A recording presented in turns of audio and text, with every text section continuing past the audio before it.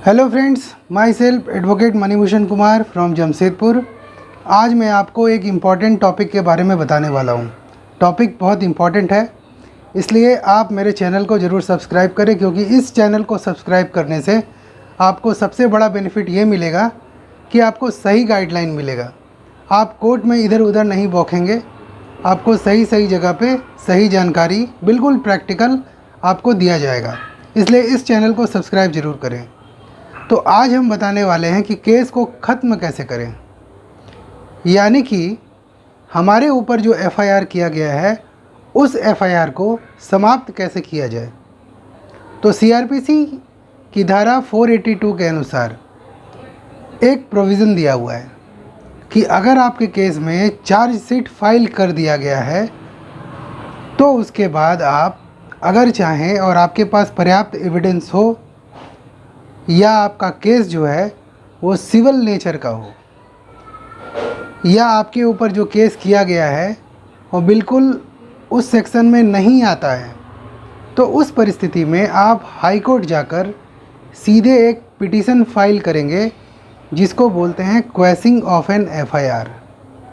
उसको क्या बोलते हैं? क्वेसिंग। क्वेसिंग का मतलब होता है एक एप्लीकेशन आप लिखते हैं, आपके एडवोकेट साहब जो हैं वो आपके एप्लीकेशन लिखेंगे और एफआईआर को क्वेश करने के लिए हाई कोर्ट से प्रार्थना करेंगे। तब क्या होगा, अगर सही एविडेंस उसके साथ लगाया गया और सही ग्राउंड्स अगर लिया गया तो आपका जो केस है वो क्वेश हो जाएगा, यानी बिल्कुल आपका केस ख़त्म हो जाएगा एक ही बार में, आपको ट्रायल फेस नहीं करना पड़ेगा। तो सीआरपीसी की धारा 482 में ये प्रोविज़न दिया गया है, कोर्ट को इनहेरेंट पावर है, यानी कि स्पेशल पावर कोर्ट को है। कौन सा कोर्ट को है? हाई कोर्ट को है। हाई कोर्ट को स्पेशल पावर है कि वो किसी भी एफआईआर को क्वेश कर सकते हैं, यानी कि ख़त्म कर सकते हैं, यानी कि आपको किसी भी प्रकार का ट्रायल नहीं लड़ना पड़ेगा। तो ये एक बहुत बड़ा प्रोविज़न हाई कोर्ट की तरफ से आपको दिया गया है। अब क्वेश्चन नंबर 2 में आते हैं कि क्या हाई कोर्ट सभी केस को क्वेश कर देगा?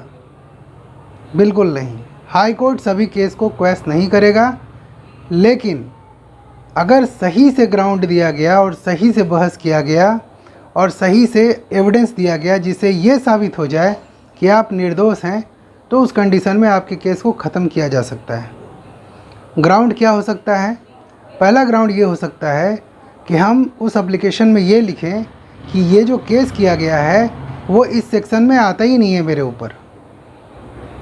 नंबर 1, यानी कि अगर आपके ऊपर 379 का केस किया गया है, यानी चोरी का केस किया गया है, तो आपको ये साबित करना पड़ेगा कि मैंने चोरी नहीं किया है और ये सेक्शन मुझ पे लागू नहीं होता है। नंबर 1। नंबर 2, कभी कभी क्या होता है किसी केस में कि वो सिविल केस होता है, यानी कि प्रॉपर्टी का लड़ाई झगड़ा का केस हुआ, लेकिन जो वादी पक्ष है, वादी पक्ष क्या करता है, यानी कि जो कंप्लेनेंट है, कंप्लेनेंट क्या करता है कि इसको क्रिमिनल नेचर का बना देता है।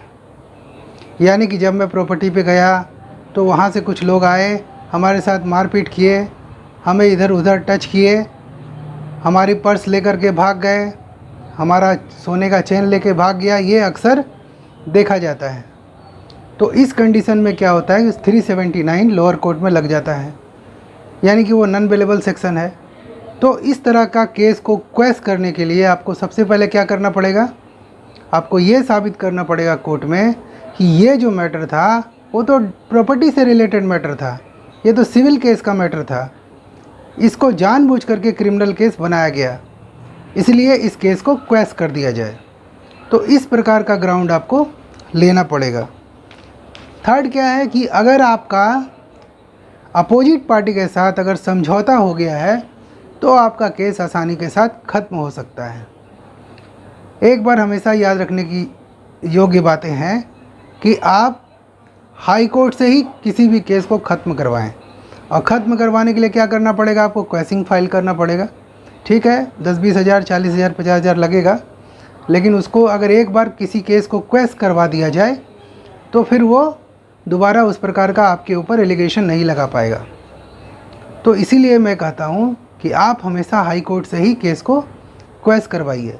अगर आपके बीच में समझौता हो गया है तो आप हाई कोर्ट जा कर के केस को ख़त्म करवा सकते हैं।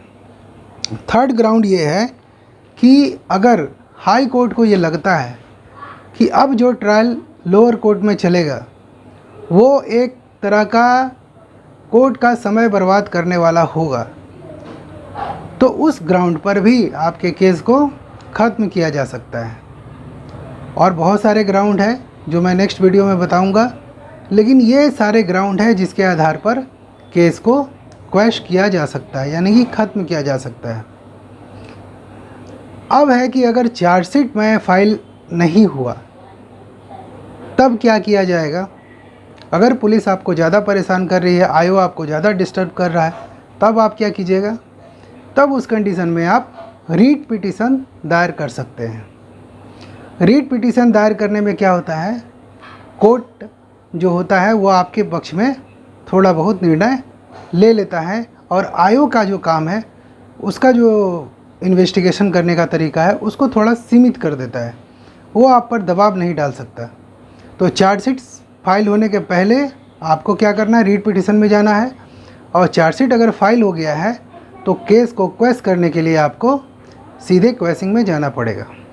चाहे वारंट भी क्यों ना निकल गया हो, केस क्वेश हो सकता है। सपोज करिए कि आपका कन्फेशन स्टेटमेंट में नाम आ गया, लेकिन वो आदमी जाकर के फिर से कोर्ट में गवाही देता है कि मुझसे पुलिस जो है ज़बरदस्ती लिखवा लिया कागज़, तो इस कंडीशन में भी उसके गवाही को आधार बनाकर आप केस को क्वैश करवा सकते हैं। तो ये बहुत सारे इंपॉर्टेंट ग्राउंड है जो मैंने आपको बताया है, वो सभी चीज़ों को आप नोट कर लें और इस आधार पर हाई कोर्ट में क्वेशिंग फाइल करके अपने केस से और केस के झंझट से मुक्त हो जाए। तो अगर आपको मेरा चैनल अच्छा लग रहा है प्लीज़ इसे सब्सक्राइब करें, लोगों के साथ शेयर करें, ताकि लोगों को इसके बारे में विस्तृत जानकारी मिल सके और लोग अवेयर हो सके, उनको फ़ायदा पहुँचे।